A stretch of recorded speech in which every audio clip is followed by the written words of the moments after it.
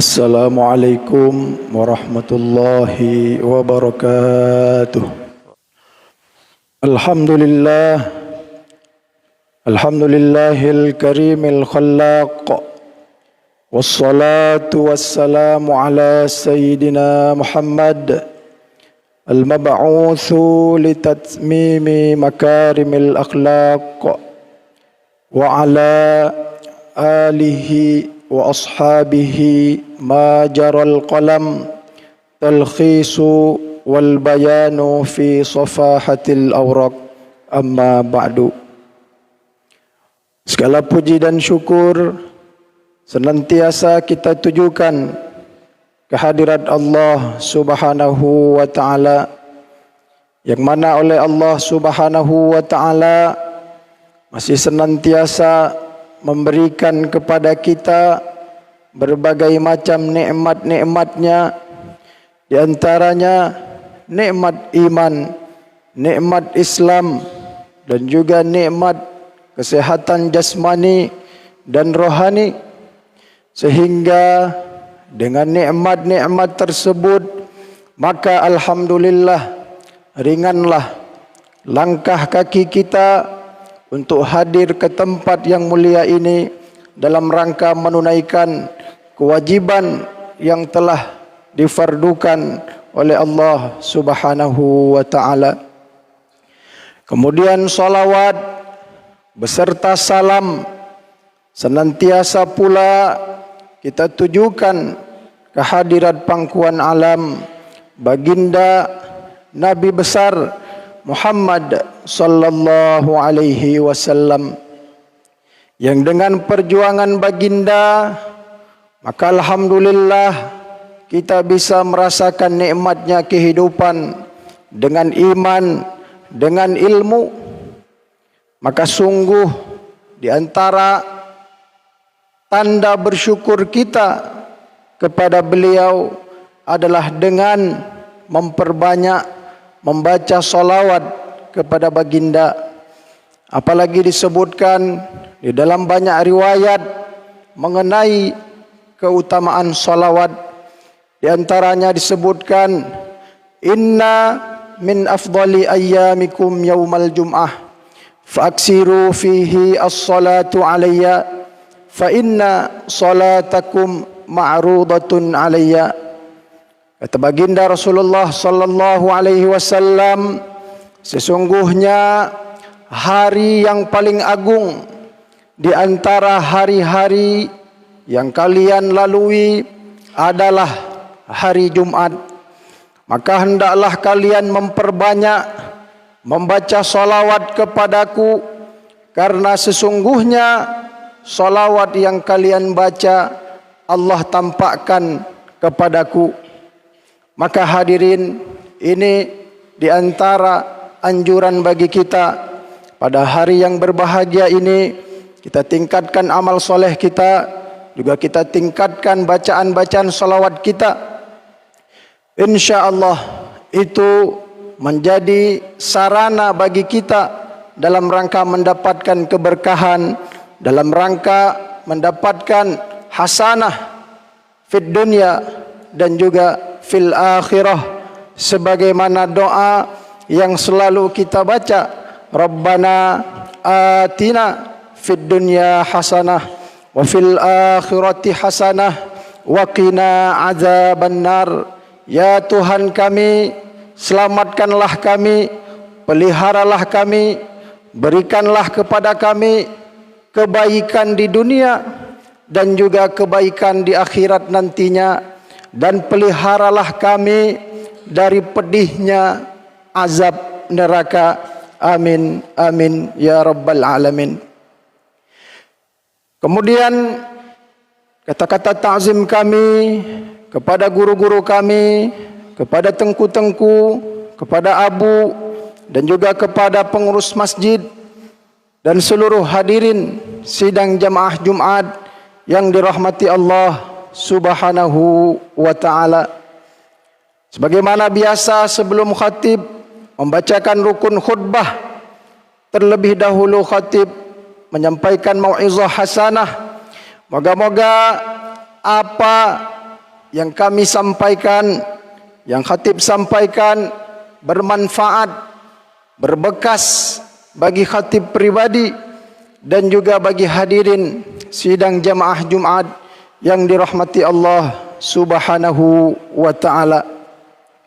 Tema kita pada Jumat yang berbahagia ini adalah peran pemuda dalam menyongsong peradaban Islam. Sama-sama telah kita ketahui bahwa pemuda adalah harapan. Pemuda adalah titik nadi di dalam sebuah peradaban. Pemuda adalah harapan besar bagi suatu bangsa, bagi suatu negeri. Dan Al-Quran sendiri menceritakan kisah-kisah pemuda agung di dalam sejarah. Di dalam surat Al-Kahfi yang sering kita baca terutama pada hari Jumat, Allah Subhanahu wa taala juga menceritakan kepada kita kisah 7 orang pemuda yang mana mereka memiliki semangat menjaga keimanannya dari penguasa yang zalim, sehingga Allah Subhanahu wa taala mengukir kisah mereka di dalam surat Al-Kahfi. Allah menyebutkan tentang mereka, innahum fityatun amanu birabbihim wazidnahum huda. Sesungguhnya mereka, para pemuda Ashabul Kahfi, adalah orang-orang pemuda-pemuda amanu yang memiliki iman kepada Allah Subhanahu wa taala, wazidnahum huda, dan karena keimanan yang bagus itulah maka kemudian Allah Subhanahu wa taala menambahkan petunjuk kepada mereka. Maka hadirin sidang jamaah Jumat yang dirahmati Allah Subhanahu wa taala, kita lihat di dalam surat Al-Kahfi ini satu surat yang menjadi inspirasi bagi kita bahwa pemuda adalah tonggak di dalam kehidupan kita. Pemuda adalah harapan kita ke depan, sehingga disebutkan di dalam makalah ungkapan Arab, syubbanul yaum rijalul ghad. Pemuda hari ini adalah pemimpin masa depan. Maka hadirin sidang jamaah Jumat yang dirahmati Allah Subhanahu wa taala, jikalau kita melihat di dalam sejarah emas Islam, maka kita juga akan mendapati pemuda-pemuda tangguh, pemuda-pemuda hebat. Bahkan kita melihat di dalam periwayatan ilmu hadis, tidak lepas dari 7 orang pemuda-pemuda yang riwayatnya sekian banyak hingga sampai kepada kita. Maka inilah hadirin pentingnya bagi kita hari ini untuk memperhatikan anak-anak muda kita, para penerus-penerus kita, dan juga bagi para pemuda, hendaklah kita sadar diri. Kita melihat potensi diri kita. Kita berkaca bahwa kita bukanlah sembarangan orang. Kita adalah orang-orang yang Allah pilih. Allah berikan akal kepada kita. Allah berikan kepada kita fisik yang kuat, sehingga dengan nikmat-nikmat yang Allah berikan tadi, tentunya harus kita maksimalkan sebaik mungkin. Karena pada waktunya Allah Subhanahu wa taala akan menghisap segala kenikmatan yang telah Allah berikan kepada kita. Allah akan menghisap umur kita.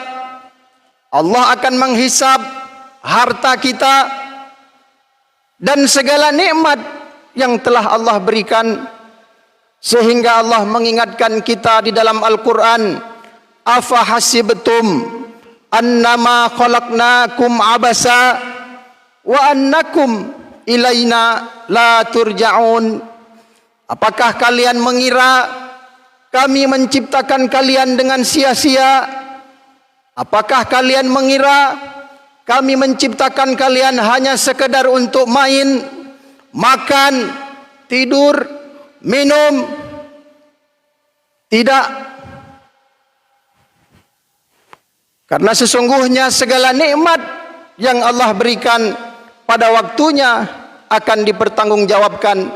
Maka hadirin sidang jamaah Jumat yang dirahmati Allah Subhanahu wa taala, ada beberapa kriteria pemuda ideal di dalam Islam yang kiranya patut kita lihat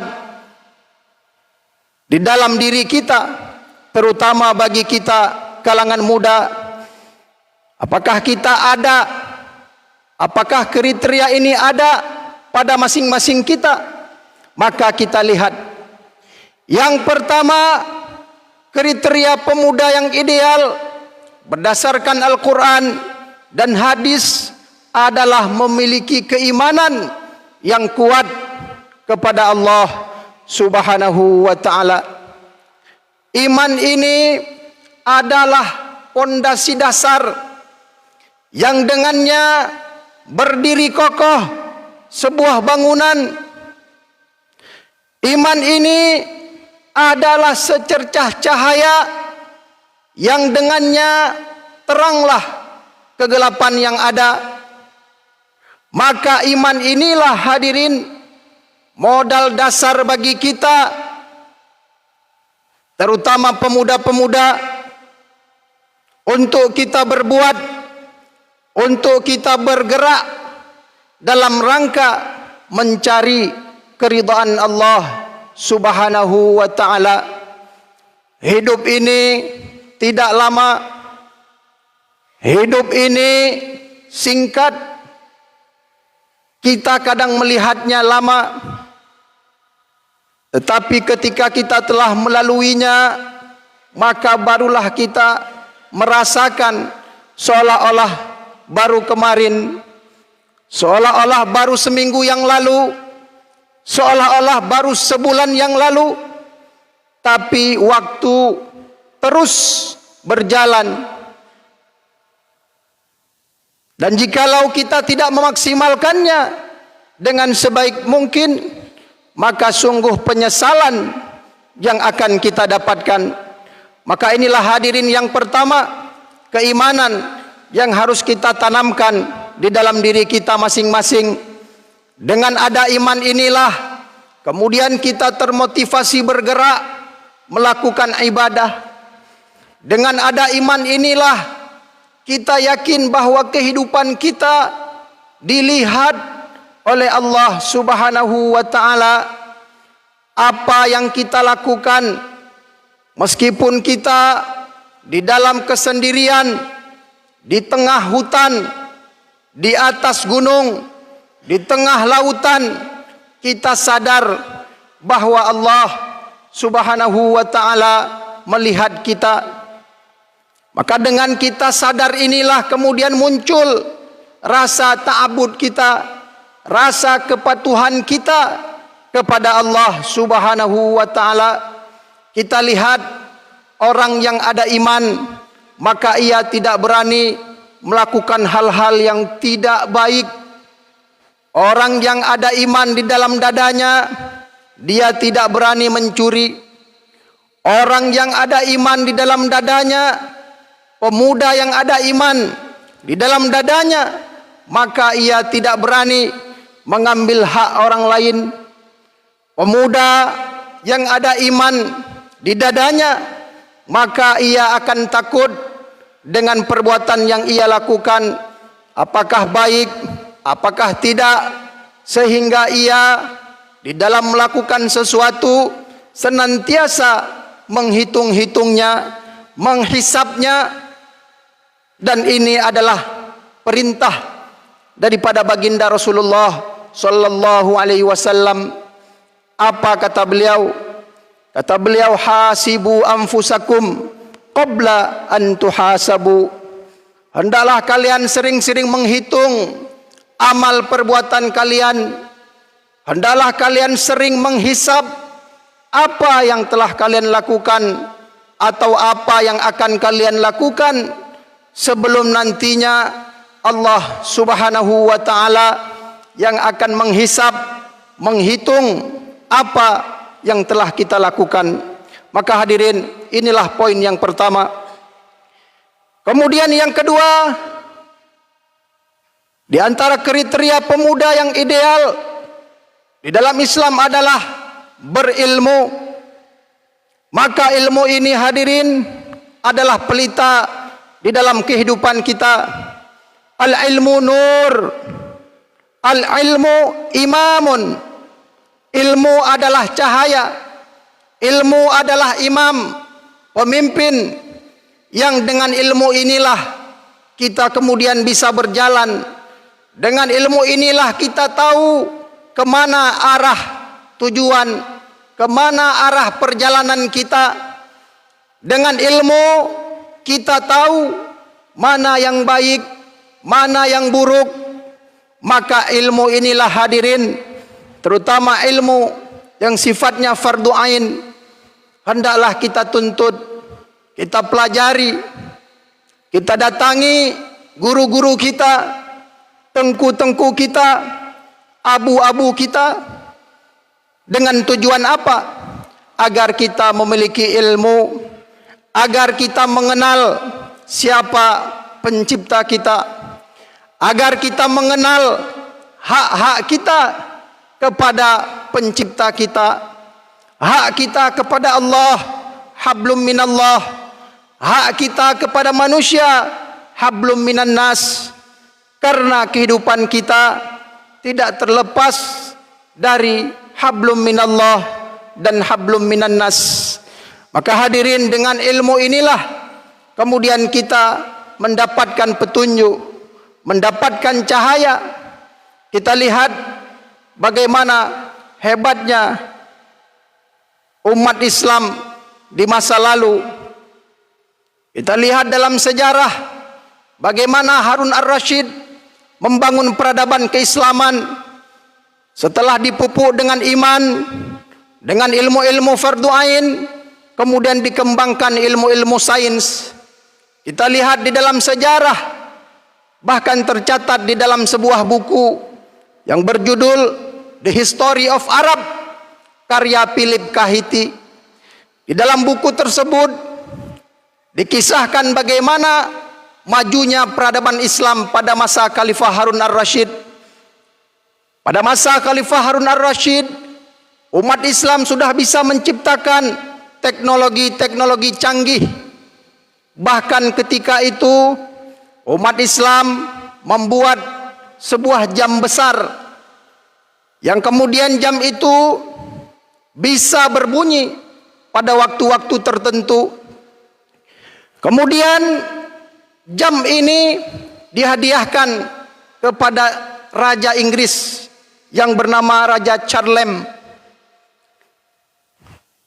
Maka kemudian jam ini pun sampai di istana Raja Charlemagne. Kemudian setelah jam ini sampai, maka jam ini diletakkan di tengah-tengah istana oleh sang raja. Namun kemudian tiba pada pukul 12, tiba-tiba jam ini berbunyi. Maka kemudian satu istana ini terkejut dan semuanya berlalu lalang keluar dari istana tersebut. Kemudian Philip Kahiti mengomentari kisah ini di bawah tulisan tadi. Apa kata beliau? Kata beliau, demikianlah jauhnya peradaban Islam dengan peradaban Eropa ketika itu.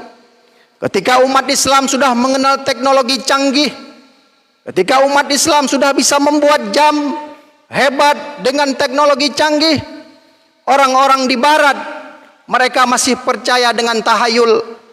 Mereka mengira di dalam jam tadi ada hantunya, ada makhluk halusnya, padahal itu adalah karya inovasi dari para ahli pada masa Khalifah Harun ar-Rasyid. Lihatlah hadirin bagaimana hebatnya peradaban Islam ketika itu, dan ini diraih dengan ilmu, dengan iman yang ada di dalam dada mereka. Kiranya hadirin, hanya ini yang dapat kami sampaikan.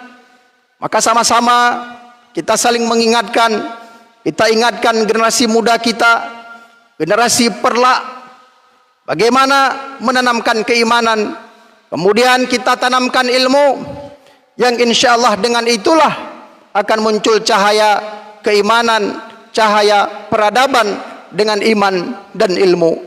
Kiranya hanya sekian yang dapat kami sampaikan. Apa yang baik datangnya dari Allah Subhanahu wa taala, dan apa yang kurang datangnya dari kelemahan kami pribadi. Selanjutnya kita masuki rukun al-khutbah, dan mohon ditegur jikalau ada kekurangan.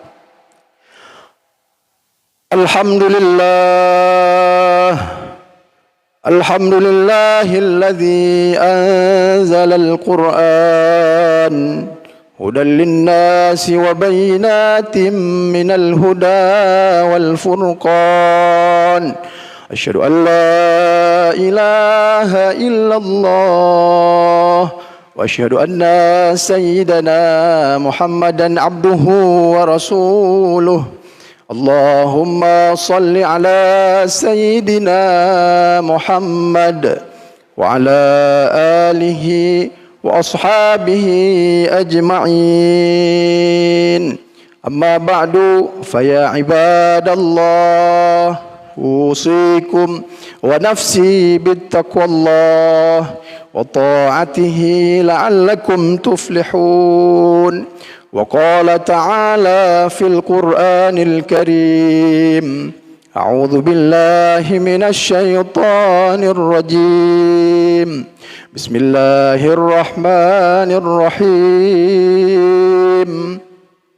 يا أيها الذين آمنوا اتقوا الله ولتنظر نفس ما قدمت لغد واتقوا الله إن الله خبير بما تعملون. بارك الله لي ولكم في القرآن العظيم، ونفعني وإياكم بما فيه من الآيات والذكر الحكيم، وتقبل مني ومنكم تلاوته إنه هو السميع العليم.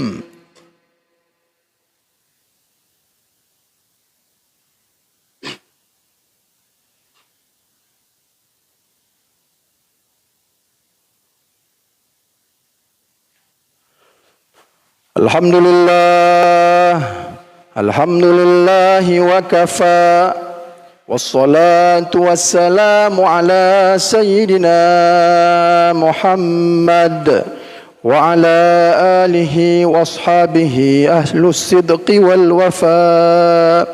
Amma ba'du, faya ibadallah, usikum wa nafsi bittaqwallah وطاعته لعلكم تفلحون.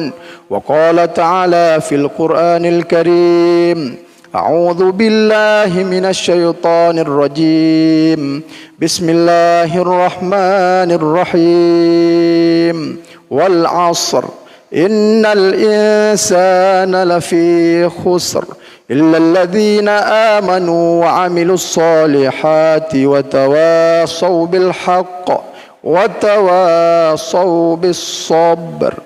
رضي اللهم عن الخلفاء الراشدين أبي بكر وعمر وعثمان وعلي رضي الله عنهم أجمعين.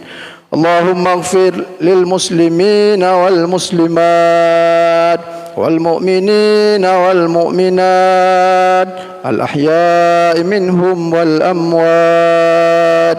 اللهم إنك عفو كريم تحب العفو فاعف عنا يا كريم. اللهم أعز الإسلام والمسلمين، اللهم أعز الإسلام والمسلمين، اللهم أعز الإسلام والمسلمين وأهلك الكفرة والمشركين أعداءك أعداء الدين. اللهم انصر إخواننا المسلمين المستضعفين في فلسطين. اللهم انصر إخواننا المسلمين المستضعفين في فلسطين. اللهم انصر إخواننا المسلمين المستضعفين في فلسطين وفي كل بلاد المسلمين. ربنا آتنا في الدنيا حسنة وفي الآخرة حسنة وقنا عذاب النار. وصلى الله على سيدنا محمد وعلى آله وصحبه وبارك وسلم والحمد لله رب العالمين. عباد الله، إن الله يأمركم بالعدل والإحسان وإيتاء ذي القربى وينهى عن الفحشاء والمنكر والبغي يعظكم به لعلكم تذكرون. فاذكروا الله يذكركم ودعوه يستجب لكم ولذكر الله أكبر. أقم الصلاة.